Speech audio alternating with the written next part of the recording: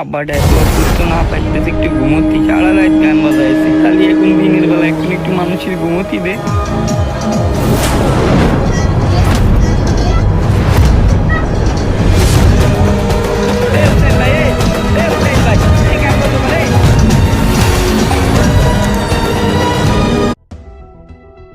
এ মেয়েরা রে, গান বন্ধ করলি কেন? তুই গান বন্ধ করতে কর কিটা?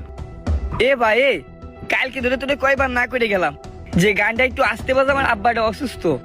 আমাদের বাড়ি তো তোদের বাড়ির পাশেই, আর তুই জানিস যে আমার আব্বাটা অসুস্থ, তাহলে এত জোরে গান বাজাচ্ছিস কেন? তোর আব্বা অসুস্থতা আমি কি করবো রে? টাকা দিয়ে বক্স নিয়েছি, বাজাবো না তো রেখে দেবো। তোর আব্বা অসুস্থ বলে কি আমাদের আনন্দ মাটি হবে? কারোর জন্য এখন কেউ বসে থাকে?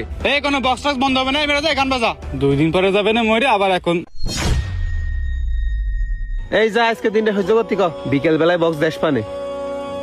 এ ভাই, আমার আব্বা কবে মারা যাবে আমি জানি না।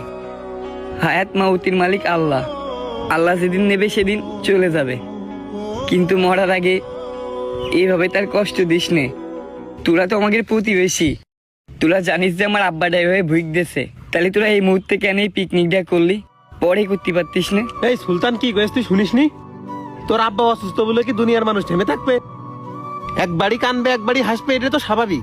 এ ভাই, আমার আব্বাস জনি তোদের আনন্দ মাটি করতে করছি না, কিন্তু গানটা একটু আসতে বাজা। আর এই দুনিয়ায় কারোর জন্য থেমে থাকে না, এটা আমিও জানি। এই দুনিয়ায় যার জ্বালা সে পোয়ায়, অন্য কেউ কারোর জ্বালা পোয়ায় না।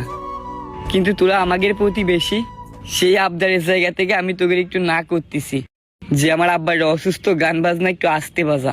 এ বক্স টক্স বন্ধ করতে পারবে না, তুই তো যাতি নি, গান বাজা।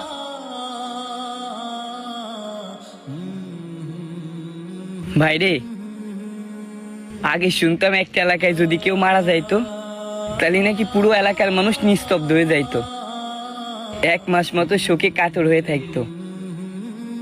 আর এখন আজকে মূর্তি বেরতেছে না, কালকে পরের বাড়ি অনুষ্ঠান। আমার আব্বাটা অসুস্থ, তোগের প্রতিবেশী, তোগের বাড়ি কেউ অসুস্থ হলে আমাদের এটা বোঝা উচিত যে